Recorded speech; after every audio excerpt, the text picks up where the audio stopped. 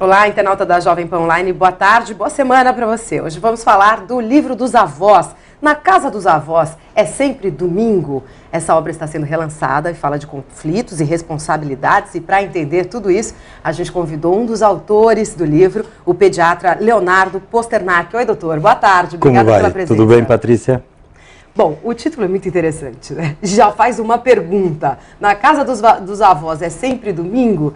Quer dizer, é sempre uma festa ou também tem que ter limites, responsabilidades? Gostaria que o senhor explicasse isso primeiramente. Em primeiro lugar, para chegar a essa resposta, eu te falaria que o interessante é que os autores, em seu devido momento, foram netos. E em seu devido momento, são avós. Então, essa pergunta tem a ver com muito da vivência que a gente tem com respeito a esses primeiros anos na casa de nossos avós. Tanto que na dedicatória a gente dá o nome dos 8 avós, 4 da Lídia, 4 meus, e a gente coloca uma frase embaixo que é que cada dia se parecem mais com a gente. Eu tenho a sensação de que a casa de meus avós era um domingo eterno. E isto não significa que na casa de meus avós se podia fazer o que a gente tinha vontade. Tinha limites, tinha determinadas normas de funcionamento, mas era um domingo permanente, porque a comida que eu gostava minha avó fazia, o que eu não podia fazer em casa, que morava num apartamento, antigamente os avós moravam em casas enormes, eu podia molhar o pátio, podia jogar bola, podia fazer um monte de coisas que na minha casa eu não fazia. Quando você fala de conflitos, não é porque na casa dos avós é ou não é domingo. E se os avós tentam que na casa de seus filhos, ou seja, dos pais de seus netos, seja o domingo que eles acreditam que tenha que ser, sem respeitar a autonomia e sem respeitar a cultura pedagógica ou educacional destes novos pais. Quer dizer, isso é necessário, eles entrarem num acordo, os avós e os pais dessa criança. Não é só um acordo, não é só um acordo. Eu vou um pouquinho além disso. Eu acho que eles têm que falar naquelas manifestações domingueiras da casa deles, que isso está acontecendo na casa deles, mas que isto não é uma conduta universal. Eles gostam de que o neto faça ou possa fazer coisas que na sua casa não pode. Mas que se seus pais falam que não, é não. Uma coisa assim, quando a gente escreve esse livro, eu escrevo uma carta, eu coloco uma carta que eu escrevi o dia que nasceu minha neta, a minha única neta. Eu tenho uma neta de 7 anos e meio, se chama Luana. Eu sou bobo por ela, eu virei um filósofo mixto de palhaço, bem avô domingueiro. Mas eu coloco nessa carta que o que eu agradeço a minha filha por parir ela é que a partir de agora meus papos com a minha filha vai ser de pai para mãe, não vai ser de pai para filha. Eu acho que um pouco o que você me pergunta se resume nessa frase que surgiu do coração nesse momento. O senhor falou que na época que o senhor era neto, a sua avó fazia as comidas que o senhor gostava, enfim, que era muito interessante nesse sentido. E a gente percebe que às vezes os pais entram em conflito com os avós até por causa da alimentação, que vira uma guerra na alimentação, que a avó deixa tudo, deixa ele comer o que ele quiser, o que ele tem vontade, não tem aquela obrigação que a mãe, por uma certa responsabilidade, tem que comer carne, verduras, legumes, enfim, acaba obrigando a criança a comer muitas vezes o que ela não quer comer. Como lidar com essa situação? É muito difícil lidar com isso, porque você lida com uma das partes. Você não lida... Seria muito bom poder ter consultas conjuntas com mãe e avô, ou avô, ou pai e uma avó, porque você poderia dirimir a 3 algumas questões, e não fazer alianças com uma das partes. É muito comum falar mal das avós. Eu acho que se fala mal demais. Não é que a avó possa estragar, ou seja, um doce com açúcar. É que se a gente entende psicologicamente a figura da avó nesta história transgeracional, de avós, filhos e netos, o que eu vejo no consultório é que o avô tenta reparar através dos netos, aquilo que com certeza ele acha que errou com seus filhos. Ou seja, se foi muito autoritário e dominador, com certeza vai ser uma avó ou um avô permanentemente jogado no chão, rendendo pleitesias ao neto. Se foi um pai muito solto, talvez critica o filho por... É dizer, então, o que está em jogo é essa história familiar, que é muito difícil de dimensionar e de esclarecer com toda uma parte da família. Os avós, e isto sim é um perigo, e eu tenho no consultório algumas experiências, em alguns casais muito jovens, que casam jovem e têm um primeiro filho jovem, e que por algum caminho do destino ainda não estão bem afiançados profissionalmente, e os avós aportam algum dinheiro, compraram um apartamento, pagam aluguel, quando a avó faz compra de supermercado, já faz 2 compras. Paga escola para criança. Paga escola. Eu vejo que alguns avós acreditam que com isso estão comprando um pouco a gerência da família. E isso é totalmente destrutivo. Isso é preocupante. Isso é preocupante. Doutor, tem aquele ditado, né, que a avó estraga o neto, enfim, estraga a criança, que o senhor citou agora, pelo mimo excessivo, mimo demais, faz tudo o que quer, pode tudo na casa do avô, da avó. Pode mesmo estragar a criança, não, fazendo tudo o que quer no final de semana, que é quando se encontra? Eu não acredito que um contato gostoso, até com excesso de mimos ou de mordomias, estrague um trabalho bem feito de segunda a sexta-feira. Quem educa são os pais. Quem educa e quem dá o exemplo são os pais. Por isso que eu te falava que os avós, quando são mais permissivos na sua casa, tem que deixar claro para este neto de que isto é uma política que impera nesse endereço. Que isto não é. Porque também existe um perigo em ser muito permissivo, e aí sim podem deseducar. Se você se mostra permissiva, se mostra como se fosse uma fada dos netos, e os pais passam a ser os bruxos. Não? É dizer, olha como eu sou bonzinha. É dizer, aqui você pode. É dizer, tem determinadas frases que podem mudar totalmente esse açúcar para ser palatável ou tóxico. Existe uma característica fundamental desses avós de hoje em dia? Quer dizer, os avós lá na faixa etária de 60 anos, que tem um netinho agora. Qual é a característica? Quando meus avós tinham 60 anos, para mim eram muito velhos. Aliás, existe uma velha piada que fala, velho é só aquele que tem 20 anos mais que eu. Né? Com os avós é muito isso. Mas não é só o que eu achava, porque talvez a minha neta também me ache velho. O cabelo branco para ela é meio misterioso. Ela me pergunta essas coisas. Mas ela tem uma visão do avô que é diferente da que eu tinha de meus avós. Meus avós, com 60, 60 e poucos anos, decidiram que podiam sentar na cadeira de balanço, aguardar os netos sábado e domingo, colocá-los no colo, contar histórias, que é importantíssimo, porque a gente só conhece a sua família quando tem a história, não o futuro. Né? O futuro é nosso, dos netos, mas o passado da família, ver fotos amareladas, era algo que eu adorava fazer sábado e domingo. Além do mais, eu era muito interesseiro, e o primeiro aparelho de televisão que surgiu na minha família estava na casa de meus avós. Então, para mim, o sábado e domingo, além do açúcar, tinha outros divertimentos. Ingredientes aí. Mas eu lembro deles como pessoas que estavam no fim da linha. Eu, com 62 anos, eu saí do meu consultório para te atender, vim gostosamente a trocar ideias, vou voltar para meu consultório, vou dar palestras, ou seja, eu estou nativa. A quem me faz pensar que eu estou envelhecendo é minha neta, porque as gerações começam a dobrar, a virar, não? A quilometragem. Mas eu me sinto muito bem, e a minha neta procura a minha esposa e me procura para trocar ideias de gente moderna, e isso me dá muito orgulho. Os netos também estão diferentes? O senhor percebe isso? Que as crianças que falam, as crianças hoje já nascem com o mouse na mão, já nascem na frente do computador.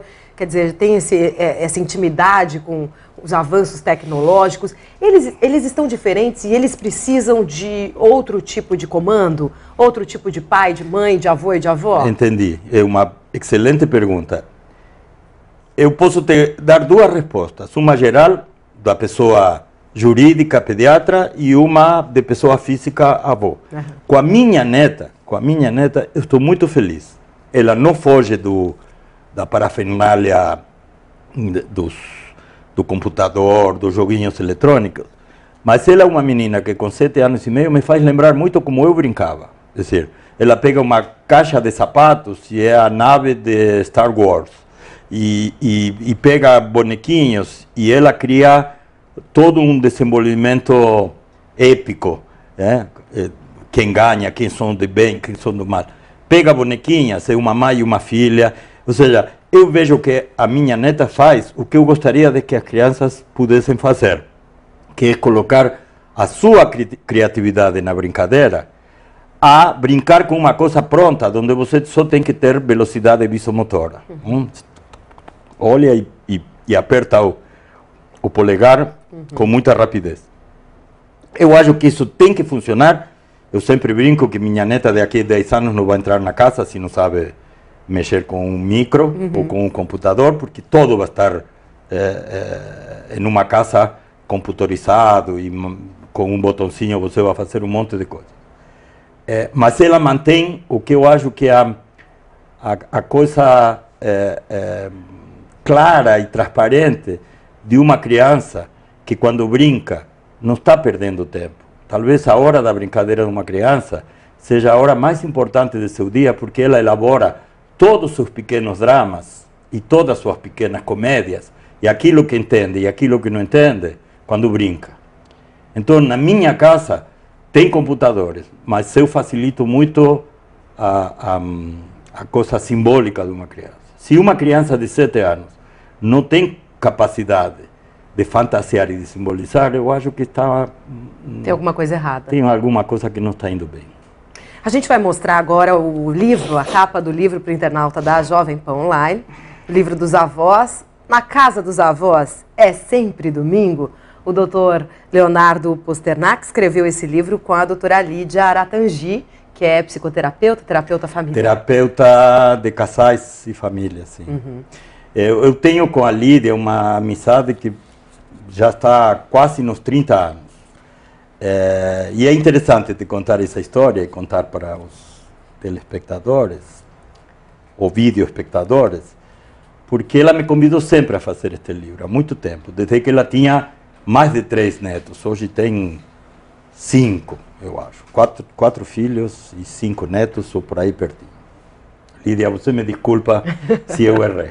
Ela tem um orgulho em colocar em seu pescoço aqueles bonequinhos, porque ele tem todas as miniaturas dos filhos e continua acrescentando dos netos. E eu não tinha nada pendurado no meu pescoço. Era pai de 2 filhos e não tinha netos. Quando ela me convidou, eu falei que não, que eu achava que não era um tema que me interessasse, que eu achava que não era o momento, até que nasceu a minha neta. Eu acho que uma semana depois falei com a Lídia pelo telefone, eu falei, Lídia, agora estou pronta, agora sei do que se trata. Agora não vou falar de teus netos, vou falar da minha também. E sentamos para escrever em uma tarefa que foi altamente gostosa e mobilizadora. Porque se a gente tinha a pretensão de fazer um livro mais ou menos técnico ou mais ou menos científico com respeito à visão de um pediatra e à visão de uma terapeuta com respeito aos avós, isto em poucas horas de gravação, porque a gente gravou em papos, isto que estamos fazendo aqui, a gente conversava muito, ela tem uma capacidade de síntese fantástica, então fechava, mandava para mim, eu corrigia, enfim, foi assim que foi feito o livro.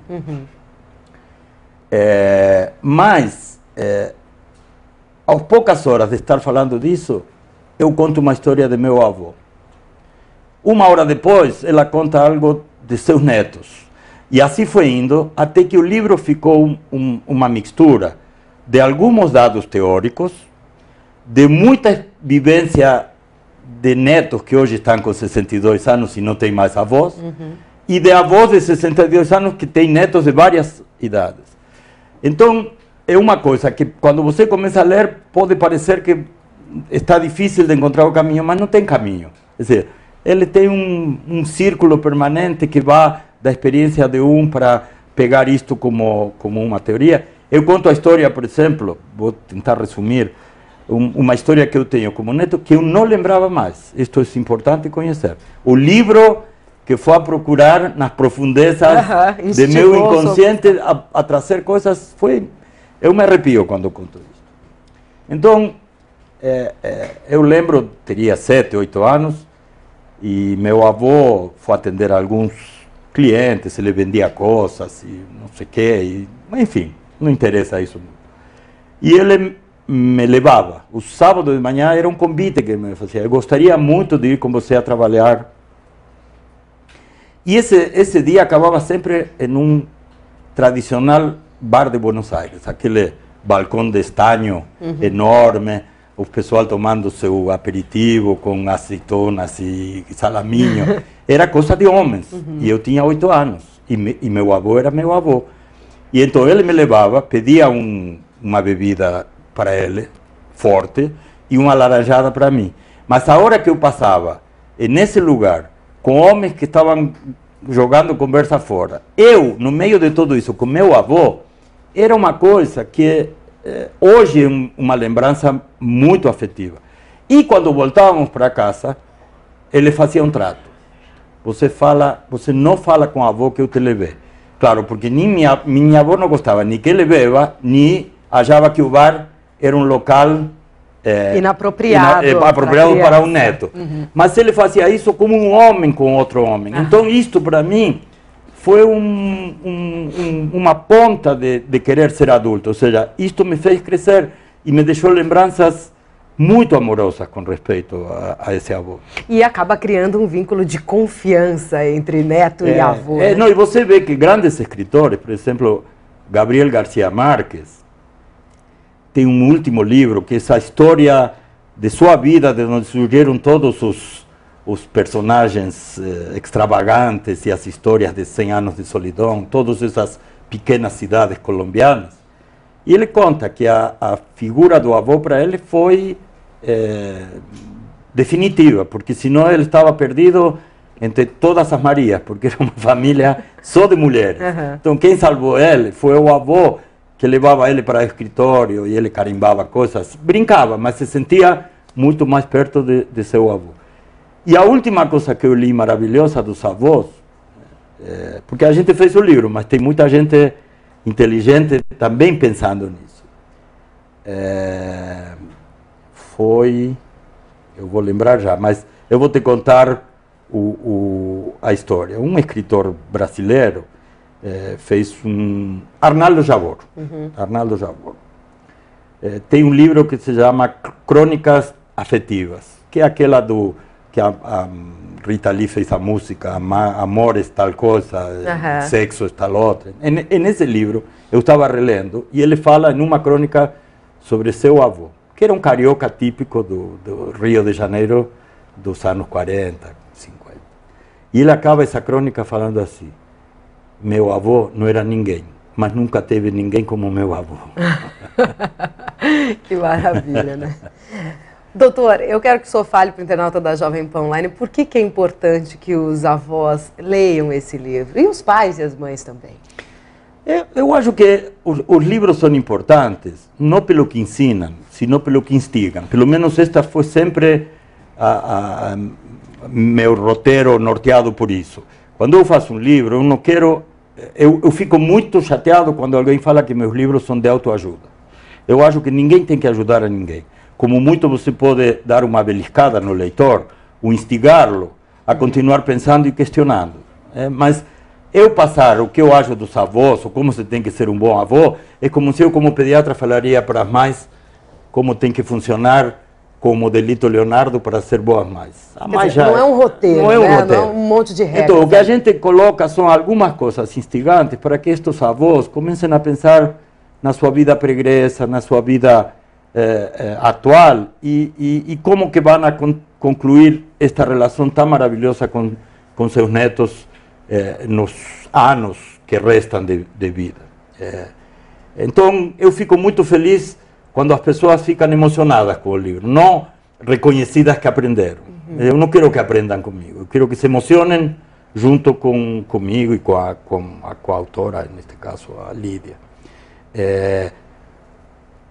E nesse sentido, a gente é muito honesto ao fazer o livro, porque poderíamos só falar do domingo ou do açúcar. E a gente tem um último capítulo que se chama Quando os avós saem de cena, porque em geral quando os netos nascem e depois crescem, em algum momento cumprimos a última etapa de nossa vida, que é a morte. Isto, podemos não querer falar disso, mas isso existe. Isto é uma verdade do ciclo vital de qualquer ser humano.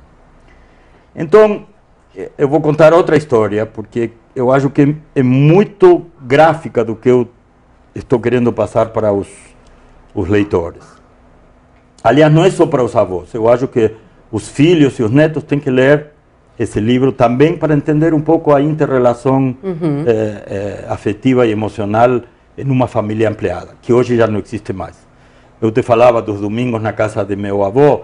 Na casa de meu avô tinha 40 pessoas todo domingo para almoçar. E o almoço começava com aperitivo às 11 e acabava com a sobremesa às 4. E daqui a 2 horas minha avó servia um chá e era todo mundo conversando sobre muitas coisas. Eu tinha vários modelos. Hoje as crianças se criam com menos modelos. Em geral é uma família nuclear e os avós que aparecem no fim de semana, uma coisa assim.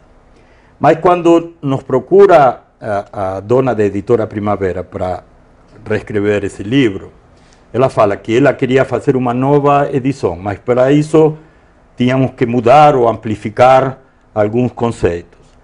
Eu particularmente tenho uma ideia, que quando eu acabo um livro eu não quero mexer mais com esse livro, já foi. Quer dizer, mexer é como algo artificial, mas a casualidade está sempre, quer dizer, eu sempre falo que casualidade não existe, o que existe é a causalidade, não a casualidade. Verdade.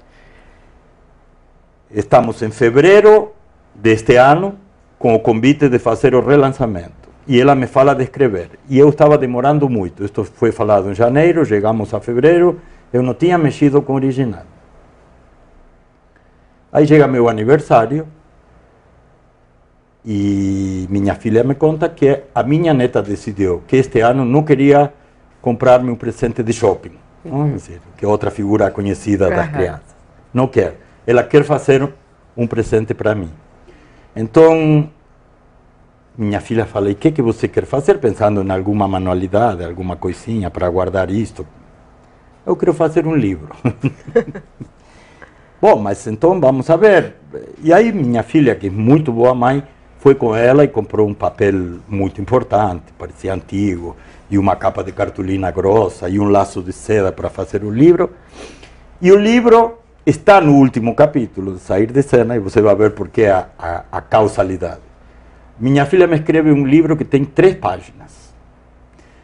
O título é O Avô e Sua Neta.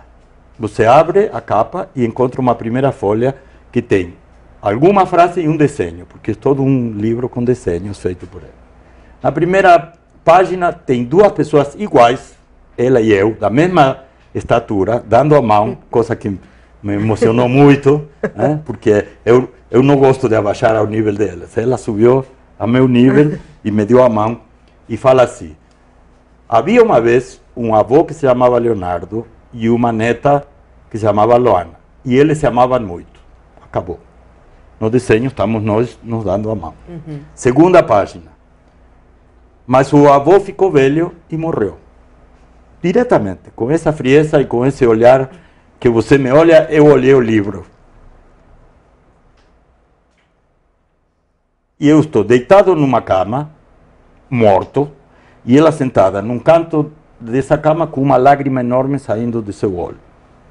E na terceira página, ela fala, mas a neta encontrou um jeito de estar sempre com o avô. Ela colocou seu avô em seus sonhos, e cada vez que sonhava, ele aparecia. Não? E aí aparece um coração enorme, e ela está deitada na mesma cama que eu estava morto. Na página anterior, ela está sonhando, porque ela viu em algum lugar e fez esse sonho, que é essa nuvem que sai de alguém quando está pensando ou sonhando. Então eu fiz um comentário sobre isso no livro, no último capítulo, e eu coloco o seguinte, que é difícil que uma criança, em 3 páginas, possa elaborar e metabolizar a perda, que possa elaborar a morte de seu avô e que possa colocar o avô em um lugar que nem o próprio avô teria sido tão feliz de escolher esse lugar para ficar depois do morto, e que isso devia para a minha neta. Que a única coisa que me deixou um pouco preocupado é que eu morri na 2ª página, mas que pensando bem, morrer na 2ª página de 3 é morrer na metade do livro, então ela não me matou no começo, me matou na metade. Que interessante essa história. Mas aproveitando esse gancho, doutor, como é que os pais ou os avós têm que lidar com a morte, né? Como é que tem que abordar essa questão com a criança? O senhor falou que a sua neta tem 7 anos. 7 anos, ela está totalmente tomada pela morte, por isso esse livro. Quer dizer, e por isso que meu cabelo branco para ela foi sinal e me colocou muito mais perto. Claro que depois eles se confundem e falam para a mãe, você não vai ficar velhinha, não falam que não vai morrer. Porque eles têm medo que fique velhinha, porque o velhinho pode morrer, mas a mãe é jovem. Então eles confundem um pouco, mas eu acho, e me vou tomar a tua licença para te contar uma outra coisa que sempre me preocupou e que eu sempre fiz. Eu acho que a pior verdade falada por uma criança é muito melhor que a qualquer mentira piedosa que você deixa ela fora do circuito do conhecimento. Não tem nada pior que omitir-se ou mentir. Ou falar feito uma criança boba no tati-tibati para que as crianças não entendam nada. Tanto eu acredito no direito à verdade que as crianças têm, que eu escrevi um livro anterior a este, que se chama Cartas para uma Criança, o direito à verdade. E nesse livro eu escrevo 10 cartas para 10 crianças, contando para elas situações traumáticas que durante 30 anos no meu consultório eu vi que os pais ficam engasgados quando têm que enfrentar o desquite, a morte de alguém na família, o nascimento de um irmão, temas sobre sexualidade, doença, internação, cirurgia programada com ela, se mente até o último momento como se isto fosse bom.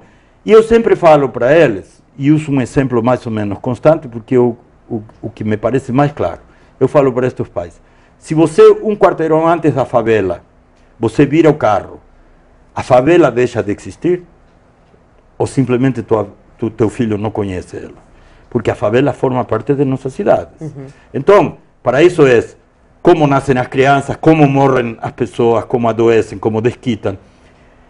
E eu acho que a melhor ideia que eu tive na elaboração desse livro é que rapidamente desisti de escrever um livro para pais, que ia a escorregar entre algo muito profundo ou para tentar que me entendam ia ser muito frouxo.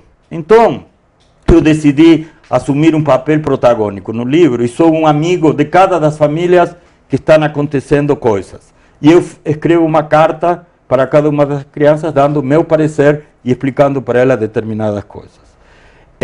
Uma das cartas é para uma criança que um ser querido morre. Ou seja, isto foi uma das 10 cartas.